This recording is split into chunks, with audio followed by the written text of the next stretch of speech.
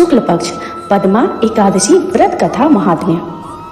युधिष्ठिर ने पूछा, केशव, भाद्रपद मास के शुक्ल पक्ष में जो एकादशी होती है उसका क्या नाम है, उसके कौन देवता है और उसकी कैसी विधि है, यह बताइए। भगवान श्री कृष्ण बोले, राजन, इस विषय में मैं तुम्हें आश्चर्यजनक कथा सुनाता हूँ, जिसे ब्रह्मा जी ने महात्मा नारद से कहा था। नारद जी ने पूछा, चतुर्मुख ब्रह्मा जी, आपको नमस्कार है। मैं भगवान विष्णु की आराधना के लिए आपके मुख से यह सुनना चाहता हूँ कि भाद्रपद मास के शुक्ल पक्ष में कौन सी एकादशी होती है। ब्रह्मा जी ने कहा, मुनिश्रेष्ठ, तुमने बहुत उत्तम बात पूछी है। क्यों न हो, वैष्णव जुठारे, भादों के शुक्ल पक्ष की एकादशी पद्मा के नाम से विख्यात है। उस दिन भगवान ऋषिकेश की पूजा होती है। यह उत्तम व्रत अवश्य करने योग्य है।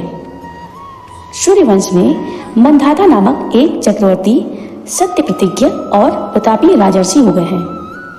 वे प्रजा का अपने और पुत्रों की भांति धर्म पूर्वक पालन किया करते थे।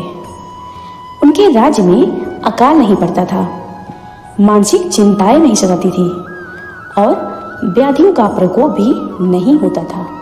उनकी प्रजा निर्भय तथा धन धान्य से समृद्ध थी। महाराज के कोष में केवल न्यायोपार्जित धन का ही संग्रह था।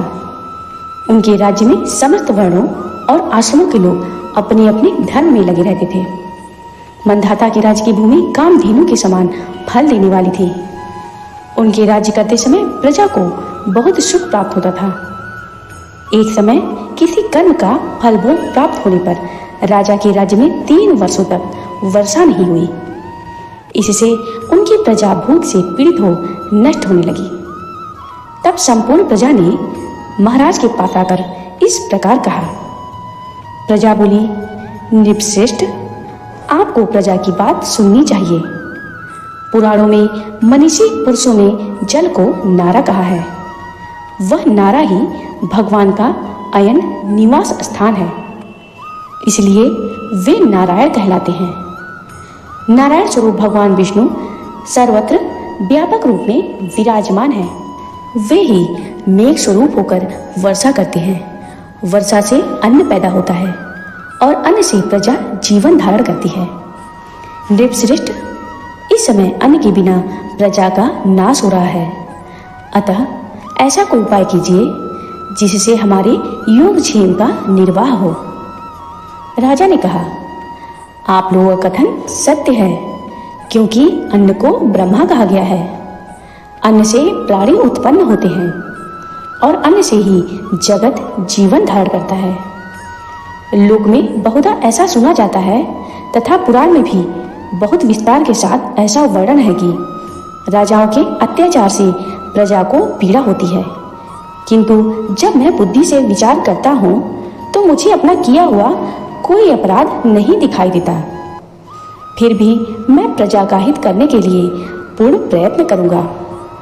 ऐसा निश्चय करके राजा मंधाता इन्हीं गिने व्यक्तियों को साथ लेकर विधाता को प्रणाम करके सघन वन की ओर चल दिए। वहां जाकर मुख्य मुख्य मुनियों और तपस्वियों के आश्रमों पर घूमते फिरे। एक दिन उन्हें ब्रह्मपुत्र अंगिरा ऋषि का दर्शन हुआ। उन पर दृष्टि पड़ते ही राजा हर्ष में भरकर अपने वाहन से उतर पड़े और इंद्रियों को वश में रखते हुए दोनों हाथ जोड़कर उन्होंने मुनि के चरणों में प्रणाम किया। मुनि ने भी स्वस्ति कहकर राजा का अभिनंदन किया और उनके राज्य के 7 अंगों की कुशल पूछी।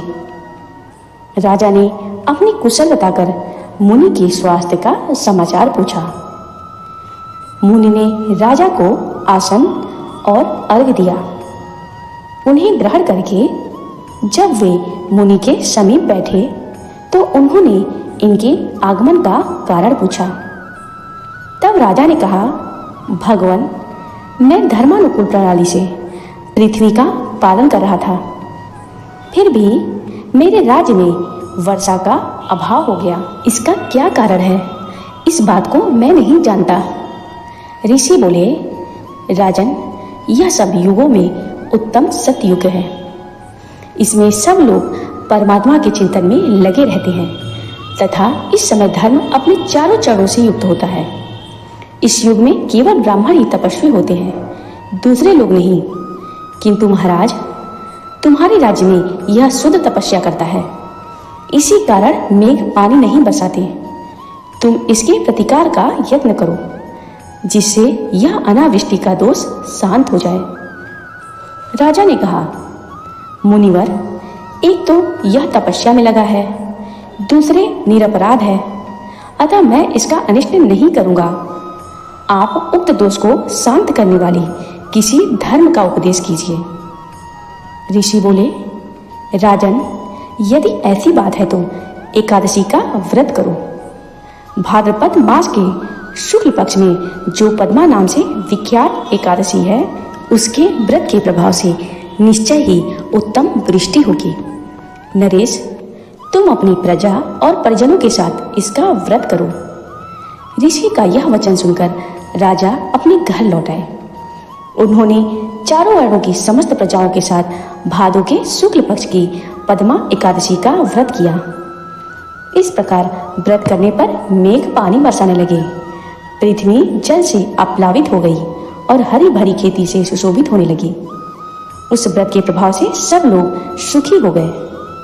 भगवान श्री कृष्ण कहते हैं, राजन, इस कारण इस उत्तम व्रत का अनुष्ठान अवश्य करना चाहिए। पद्मा एकादशी के दिन जल से भरे हुए घड़े को वस्त्र से ढककर दही और चावल के साथ ब्राह्मण को दान देना चाहिए। साथ ही छाता और जूता भी देने चाहिए। दान करते समय मन में कहना चाहिए, बुधवार और श्रवण के नक्षत्र के योग से युक्त द्वादशी के दिन बुद्ध श्रवण नाम धारण करने वाले भगवान गोविंद, आपको नमस्कार है, नमस्कार है। मेरी पाप राशि का नाश करके आप मुझे सब प्रकार के सुख प्रदान करें। आप पुण्य आत्मजनों को भोग और मोक्ष प्रदान करने वाले तथा सुखदायक हैं। राजन, इस प्रकार कहते हुए दान को ब्राह्मण को देना चाहिए। राजन, इस कथा के श्रवण करने मात्र से मनुष्य सब पापों से मुक्त हो जाता है। जय श्री कृष्ण, जय भगवान ऋषिकेश। इस कथा को श्रवण करने मात्र से व्यक्ति की हर मनोकामना पूर्ण होती है और उसे एकादशी के व्रत का पुण्य प्राप्त होता है।